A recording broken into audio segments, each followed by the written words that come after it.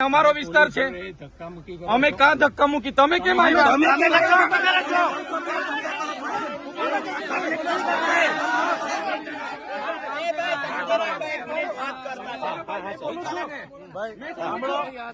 ભાઈ જો અમારા ઓથોરિટી બોલે છે, અમારા નેતા બોલે છે, અમારા નેતા બોલે છે, મેં બોલું છું કોઈને.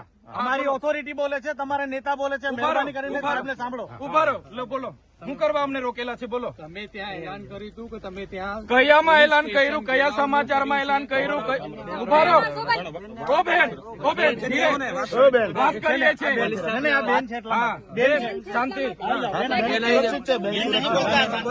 શાંતિ. કોઈ પોલીસ વાળો એવું ના સમજે, અહીંયા કોઈ બી મગજમારી નહીં કરતા. હા, અહીંયા કોઈ પણ કોઈ મગજમારી નહીં કરતું સાહેબ, કોઈ નહીં કરતું. ધારાસભ્યને કેમ રોક્યા છે એની વાત કરો. તમને એટલા માટે રોક્યા છે કે ત્યાં તમે જઈને કાયદો વ્યવસ્થા બગાડો. કઈ જગ્યાએ જઈને કાયદો વ્યવસ્થા ભાઈ? અહીંયા કરો છો અત્યારે તમે માણસોને. હા, અમારો વિસ્તાર છે, હું ચૂંટાયેલો ધારાસભ્ય છું. તમને મને ડિટેન કરવાનો ઓર્ડર છે તમારી પાસે? હા, બતાવો. એનો ઓર્ડર ના હોય.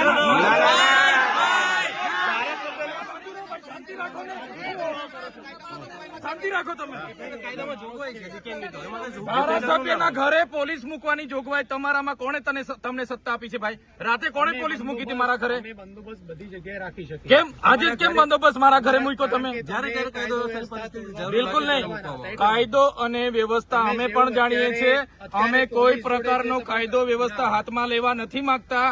તમને હું રિક્વેસ્ટ કરું છું, તમારી વર્દીનું સન્માન કરું છું. સાંભળો મારી વાત.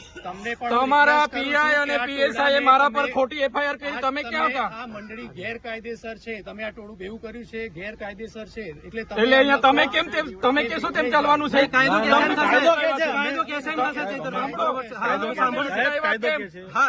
તમે મને અટકાવ્યા એટલે પબ્લિક આવી છે. કેમ મને રાત્રે અટકાવ્યા છે તમે? કેમ ધારાસભ્યને તમે નજરકેદ કેમ કર્યા છે? તમને એટલા માટે ધારાસભ્યને નજરકેદ કર્યા છે એટલા માટે લોકો ભેગા થયા છે.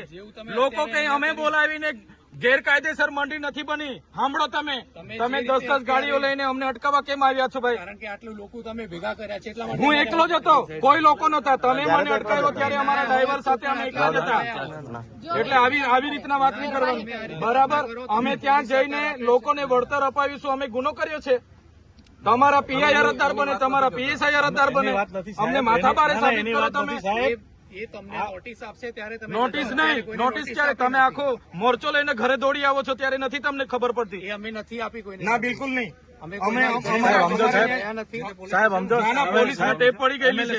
એમએલએ સાહેબ સમજો. પોલીસને ઉપરા છાપરી એફઆઈઆર કરો છો. સાહેબ, આપ આપણી હવે રીતે 70 લોકો પર બરાબર છે. એફઆઈઆર કરી છે. મારે 70 લોકોને લઈને કોર્ટમાં ફરવાનું છે. અરે નથી સાહેબ, હજુ હવે પદયાત્રા કરી એમાં શું થઈ ગયું? એની તપાસ થશે સાહેબ, એને પુરાવા મળશે. એટલે તમે ચાર્જશીટ થશે, તમને અમે બધું વિનંતી થશે. કરીએ, તમે અરે જાણી અમે દોડશો નહીં પેદા કરો. વિનંતી કરીએ છીએ સાહેબ, અમે ત્યાં ટોળું છે સાહેબ.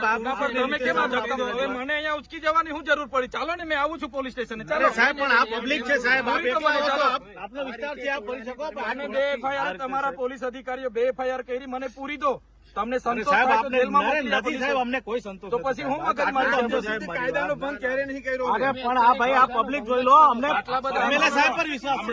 ગાંધીજી હતા ને, અંગ્રેજો સામે લડ્યા હતા, મીઠાનું સત્યાગ્રહ કર્યું હતું, પરમિશન નહોતી લીધી થોડાને મગજ અંગ્રેજો પર. નથી. તમારા પર કેટલી વાર લેવાનું? એકાદ વાર આપો છો તમે. મગજ નથી હોતું. હા તો તમે આ રીતે હા,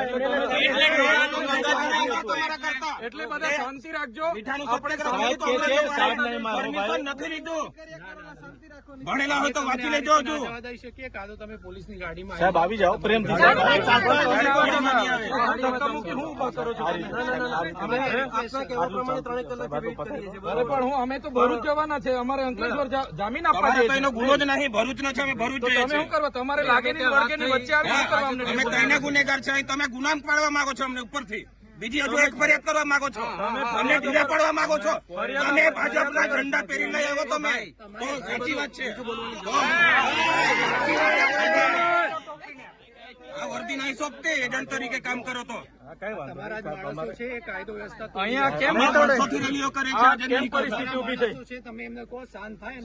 પરિસ્થિતિ કેમ ઉભી કરી? તમે કેમ આ રસ્તે આવીને મને રોકવાની શું જરૂર પડી? અમે તમને એટલા માટે રોક્યા છે કે તમે ત્યાં જઈને બીજો આવી ત્યાં શું કરવાના અમે? અરે ધારાસભ્ય છે, લોકો આવે, લાખો પબ્લિક તો ફરિયાદ કરતા પહેલા તમારે વિચારવું જોઈએ ને ભાઈ. ખોટી ફરિયાદ શું કરવા કરો છો? અમે નથી કરી સાહેબ. તો પછી રોકવા શું કરવા આવ્યા છો? સાંભળો સાહેબ, એને અમે એ વળતા નથી. કંપનીમાં 3 દિવસ પછી મનસુખભાઈ પી ગયા, તો એકલા તો નહીં ગયા, કેટલા જણ ગયેલા હતા? એમના સામે ગુનો દાખલ કર્યો. તો તઈ જઈને એ લોકો ફોટા પડે એના તઈ હું બોલ્યા જ છે ને એમણે એજન્ટ છે એજન્ટ ખાલી એજન્ટ તરીકે તમે કામ કરો તેના પર ગુનો દાખલ કરો ને તે કંપની ગયેલા કે નહીં સાંસદ પોતે ગયેલા જ્યાં ગુનો દાખલ થયો તો- ત્યાં એ જ્યુરિડિક્શન અલગ છે તો પછી હા તો હું એટલે અમે કાયદો વ્યવસ્થામાં હજુ બી કહીએ છીએ અધિકારીઓને સાહેબ, આપ- કાયદો વ્યવસ્થા જાળવીએ છીએ તમે શાંતિપૂર્ણ રીતે આગળ ચાલો અમે પાછળ આવીએ છીએ કોઈ ડિસ્ટર્બ નથી થયું. એવું નહીં થાય અમે હટીશું નહીં. અમે અમે હટીશું નહીં. પોલીસની ગાડીમાં આવી અરે, ના ના ના એવું નહીં થાય. પબ્લિક છે સાહેબ ચાલતા જ આવશે ગાડીમાં. એટલે સાહેબ આપ પણ આ જાણી જોઈને હું ચાલો બધા પોલીસની ગાડીમાં બેસી જાઓ ચાલો બધા દુકાન પર જાઓ. ચાલો બેસી જાઓ બધા જ. બધી ગાડીમાં બેસી જાઓ બધા પર ગુનો દાખલ કરો ગુજરાતનો ફર્સ્ટ નંબરનો ગુનો અહીં દાખલ કરો જાઓ ચાલો બેસી જાઓ બધા જ હા તો કઈ નહીં બેસી જાઓ ચાલો ગાડીઓમાં પોલીસ અધિકારીઓને વિનંતી કરીએ છીએ અમારા કોઈ પણ કાર્યકર હાથે પછી જીભા જોડી કે નહીં થાય સાહેબ. માહોલ પેદા હા, માહોલ બગાડવાની કોશિશ નહીં કરો સાહેબ તમે. તમે સપોર્ટ કરતા હોય તો અમને શું અમે છે જ નહીં યાર આ તો આટલે 3 કલાકથી વાટાઘાટો કરીએ છીએ સાહેબ હવે થઈ ગયું. હા તમે આવી રીતના રાતો બારો